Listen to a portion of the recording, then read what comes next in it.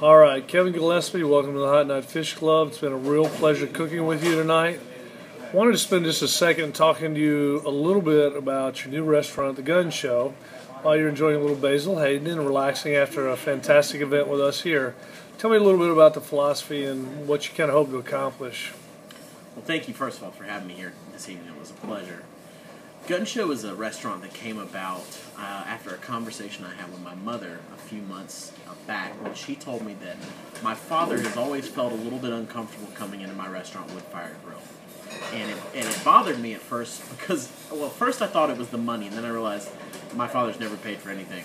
So I realized it wasn't the money. And then I started thinking about it, and she said that it was just the general atmosphere of the restaurant, that it had this exclusatory quality about it, and that it made him feel a bit out of place. And so I felt compelled to build a restaurant that could serve the same quality of food that I was known for, but in an atmosphere that was much more true to who I was, where I came from, and the person that I hope to be one day. And Gun Show is hopefully going to embody that, and it's going to do it by changing a few of maybe the ground rules that we think restaurants need. And the first one is that people aren't going to order from the menu. I think the anxiety of ordering from a menu is something that leaves a lot of people concerned. The moment the server leaves their table, they start questioning whether they picked the right thing. And so instead, what we're going to do is when you come into the restaurant, you sit down and you're met with food. So the people who are bringing you food are showcasing the menu without you having to order it. If you want something, you take it. If you don't, you don't. It's as simple as that. The second was trying to destroy the false sense of time that exists in a restaurant. We find ourselves prepping dishes and making things exist in a state that doesn't help the dish, but we do that because we want to make it where someone can have it available to them at a moment's notice. And so we cook risotto part of the way through and then we chill it down.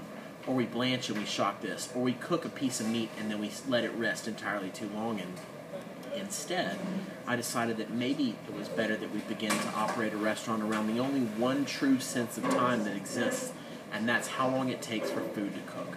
That's a finite amount of time. I would rather cook risotto from start to finish and then bring it to the dining room and offer it to you when it's at its peak level of perfection than you order it and me try to find a way to replicate that moment for you whenever the time arises. And so again, the way that we're accomplishing that is that rather than you ordering, we're bringing our food to the dining room and we're having that interaction tableside. So at Gun Show, the cooks are the prep cooks. They're the people cooking your dishes during service, and they're also the people serving your food. My belief is that no one can describe the dish with the passion and the accuracy as the person who actually prepared it. Personally, I find that brilliant and dangerous at the same time. I applaud your not only your thoughtfulness and your brilliance on that, and I cannot wait to come and see it in action. Another thing that you and I talked about throughout the night tonight was also your interest in the design element, how restaurants interact differently. Well, how your restaurant, The Gun Show, will interact differently than most restaurants, that you redefined entrances and exits and how people move and go through, and your partnership in a design firm who's helped you rethink those boundaries, I thought was fascinating. You know, I've always been drawn to the aesthetic portion of the restaurant, why things look the way that they do. Is it just to look like something, or does it serve a purpose? And my large goal that I try to accomplish in everything I do is that not everything serve only one purpose. I believe in this utilitarian quality to things, that they should do more than one thing. They shouldn't just look pretty. They should serve a greater goal. And so I partnered with AI3, a design firm out of Atlanta, to begin constructing not only my restaurant Gun Show, but also ideas that can be used in the future. Gun Show, for example, we needed to create a space that was, whether you believed that you were dining in the kitchen or we were cooking in the dining room, the idea was that we were in one whole solid space that was uninterrupted. However, the problem that poses is, how do we prevent people from walking into our kitchen while simultaneously allowing us to freely walk out of it and serve the guest? And so we had to challenge ourselves to create invisible boundaries, ways to, quote, create walls without there actually being a wall there. And so those challenges of designing a restaurant to make them both beautiful but also functional is something that I'm really, really intrigued by. And how's that process coming along? I mean, I know you're still in the throes of kind of figuring it all out. I mean, Sure. That's a very cool and thoughtful idea, but of course, at the end of the day, like all great design, form must follow function. Absolutely. And so, how how do you feel about the process with your team thus far? So far, everything is wonderful, and what we've done is that we've employed something that we're calling a vision session a number of times. The first time was to begin to determine the aesthetic of the restaurant. The second time started to dig a little deeper into the function. The third vision session is one where we actually take the restaurant space, unconstructed, and we build a full-scale replica of the design in the space out of polycarbonate foam and cardboard in order to move in the space and see whether something that is on a sheet of paper works when it's in the 3-dimension. And so those extra steps of designing and redesigning and evaluating the design will hopefully prove to create something that lacks some of the error that can be seen when you're just drawing something on a sheet of paper. I love that idea of designing the model. You know, that's old school because Yeah. I grew up. My father's an architect, and every house or business he designed, there was a replica model that he built out of exactly the same components. There was the elevations, the topography, every detail was there, and so that kind of study, if you will, that you're doing with your restaurant, I think is old school yet new school in the way you're approaching design by creating the model, but yet rethinking flow. Right. Well, you know, one of the issues that we've come across, that everyone has come across, frankly, at this point, whether they're acknowledging it or not, is that because of the reliance that we have upon technology, because we believe in computers so much, sometimes we forget that there's this human touch to things that can answer a lot more questions. And so just because the computer tells you that there's enough space between tables that you should be able to walk freely between them, the only way to truly know that is to walk between them. And that's sort of the question that we posed was, would we be better served to just physically walk through the space and interact and do what will happen on a nightly basis? Or would we better off trust what we draw on a sheet of paper?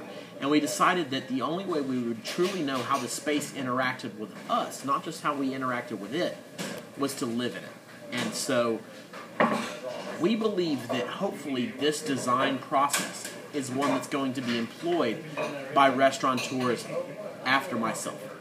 Gun Show is step one of many, many steps in an attempt to bring a chef and a restaurateur, myself, into the architectural and design process and create something that's more seamless, a space that is truly representative of its owner. Well, it's so nice to hear you say that because normally that vision is imposed upon you by the design team because, you know, they're architects and interior designers and people who've done it before you, and they kind of normally, they'll listen, but as a group, their vision unfortunately supersedes yours, and they don't entirely appreciate, you know, your experience, your knowledge, your living in spaces like these pretty much your entire adult life. Right. So for you to kind of flip it and say, okay, I'm the chef, listen to what I'm telling you, have them take and listen carefully and take that and turn it into actionable change in terms of design broadly. I mean, not just in a hostess station or the way the bathrooms lay out, but Sure. but to take it completely through the entire design process is fairly revolutionary. It certainly is in many respects. AI3, the firm that I'm partnered with, is one that I've respected for a number of years because I found their designs to be very avant-garde, very refreshing. And more than that, I think that there's a mutual respect between both parties, that they see that what I do, I care a tremendous amount about, and I hope to rethink and rethink, and in an attempt to make things better for the end user. And that's what's most important. Not just better in the sense of I personally believe it's better, but better for the end user. And I saw the same out of them. They designed restaurants that, in my belief, were better designs for a restaurant. And I don't. There's a fine line between a better design and a better restaurant design, because a restaurant doesn't just serve the purpose of an aesthetic; it has to function. And there's a very fine line that you tread in that. And so what we found is that we could feed off of each other. I challenged them while they simultaneously challenged me to answer my own questions. They asked me things that I would have never thought about. And that symbiotic relationship is hopefully one that will show very clearly and transparently, as it were, at Gun Show. Thinking like that's, I think, unique and rare, and you're very fortunate to be involved with them, because they challenge you in such a way, and that they respect you in such a way that there's that, to your point, symbiotic relationship. The outcome, I will tell you, I'm sure from my perspective, and I'm sure from everyone else's as well, that we all wait very curiously to see Gun Show in its full glory, and all the things that you're going to bring to bear on the plate, which, after our dinner tonight, amazing food, intense flavors, great working relationship with you and our staff. We can't thank you enough for being here, and you're amazing, and whatever we can do for you, know that we're here for you in any way, shape, or form. Can't thank you enough for being here, Kevin. Thank you. It's my pleasure. Thank you for having me. You're welcome, buddy.